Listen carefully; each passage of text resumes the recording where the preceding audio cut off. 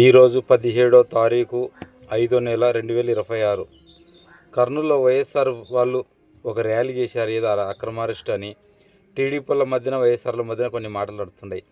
అధికారంలోకి వస్తే అంటున్నారు. సరే, మీరు అధికారంలోకి వస్తే మీరు చూస్తారు.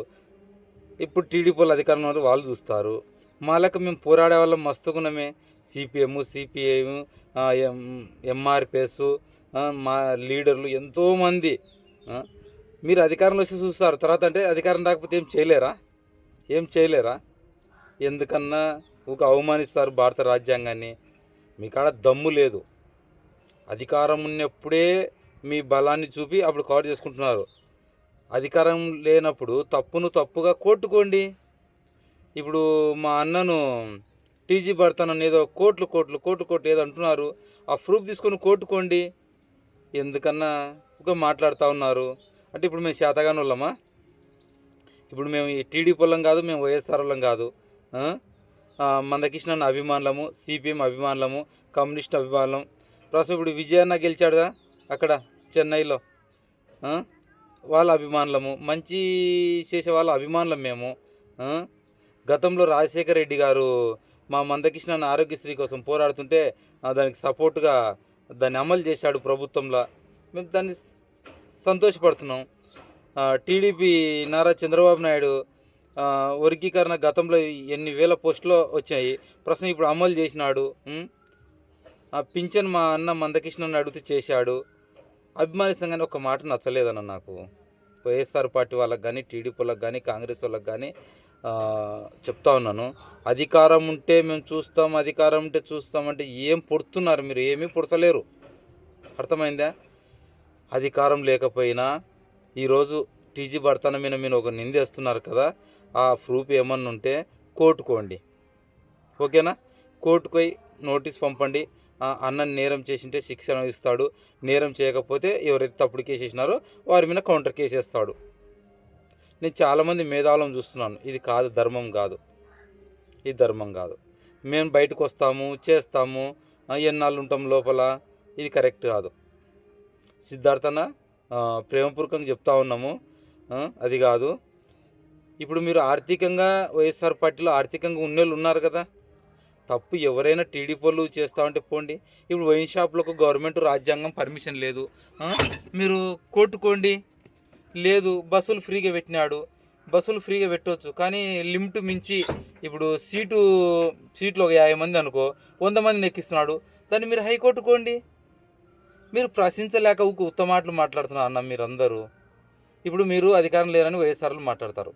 రేపు వైఎస్ఆర్ అధికారంలోకి వస్తే టీడీపీలు ఇదే మాట మాట్లాడతారు. మరి రేపు మా ప్రభుత్వం వస్తే మీరు ఎవరేం పొడతలేరు. ఈడ టీడీపీలు పొడతలేరు, వైఎస్ఆర్ వాళ్ళు పొడతలేరు. మీరు ఈడ నాకు అర్థమవుతుందా?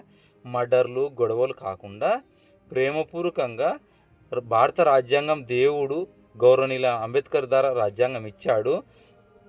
మీరు ఇప్పుడు తప్పు చేసినాడు ఎవరైనా సరే టీడీపీడు వేసుకోపండి. అంతే తప్ప రేపు మా ప్రభుత్వం వస్తే పొడతాము అనే మాట కరెక్ట్ కాదు. రేపు ఒకవేళ వైఎస్ఆర్ వస్తే టీడీపీలు అధికారం లేమని మళ్ళీ మా ప్రభుత్వం వస్తే పొడతాం. మీరేం పొడతలేరు. ఈడ ప్రజలు అందరూ చూస్తున్నారు, కానీ వాళ్ళకి జ్ఞానం లేదు. ప్రజలకు చాలామంది ఆలోచించడం లేదు. అది ప్రభుత్వం వస్తే పొరుస్తాం అనే మాట ఎన్నికి తీసుకోవాలి. చట్టం ఉంది, పోండి. ఇప్పుడు మాకు నందికొట్ట నియోజకవర్గంలో ఎస్ఐ, సిఐ, డిఎస్పి, నంద్యాల జిల్లా ఎస్పీ, నంద్యాల జిల్లా కలెక్టరు, మానవ హక్కులు, లోకాయుక్త, ఆంధ్రప్రదేశ్ డీజీపీ వీళ్ళల్లా న్యాయం చేయలే. మాకు చేయకపోతే ఒక గవర్నర్ ఒక లాయర్ కాడికి పోయి మేము ప్రైవేట్ కేసు వేసి దాన్ని కేసు కట్టు అని సిఐకి ఆర్డర్ తెచ్చుకున్నాం. కట్టమని 10 రూపాయలు ఖర్చు అయినాయి అంతే. దానికి ఎందుకు ముఖ్యంగా వాళ్ళ దొంగ ఏంది? తప్పు చేసిన ఏ పోలీసు మీనైనా సరే మీరేంటి కంప్లైంట్? వైఎస్ఆర్ పార్టీ వాళ్ళు అన్న రిక్వెస్ట్ అన్న, అధికారంలోకి వస్తే ఏదో పొడతామనే మాట తగ్గించండి. ప్రేమపూర్వకంగా చెప్తున్నా. ప్రత్యేకంగా సిద్ధార్థ అన్నకు చెప్తున్నా. మేము అధికారంలోకి వస్తే కాదు.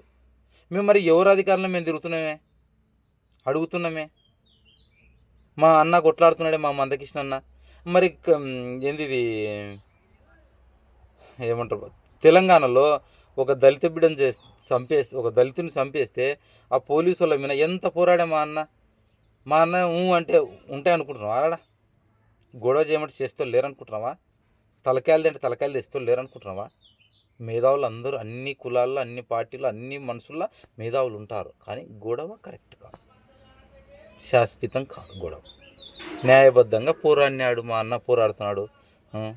ఈరోజు ఆరోగ్యశ్రీ కోసం కానీ, పింఛన్ల కోసం కానీ అడుగుతా ఉన్నాడు. మందకృష్ణ అన్న అభిమానం, సిపిఎం, సిపిఐ. మా అక్క ఉంది తెలుసా, మా అక్క టైగరు, మాయావతి అక్క. మా అక్క చెప్తే ఏం చేయలేని వాళ్ళు ఉన్నారనుకుంటున్నావా? ఏమైనా చేయగలుగుతాం. కరెక్ట్ కాదు, అర్థమైందా? వైఎస్ఆర్ పార్టీ వాళ్ళు దీన్ని సీరియస్గా తీసుకోండి. మాట నోట్లోంచి వచ్చేటప్పుడు జాగ్రత్త ఉండండి.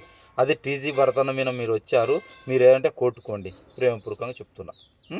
గొడవ పరంగా మీరు బాగుంటారు, నువ్వు బాగుంటావు, అన్న బాగుంటారు, మధ్యన అభిమానులు ఎవరన్నా కొట్లాడుకుంటారని దానికోసం మాత్రం రిక్వెస్ట్గా అడుగుతున్నా. నా సెల్లెము 9330565539. నా పేరు భూమా వాడాల సింగ్ అలియాస్ రాయలసీమ డాన్.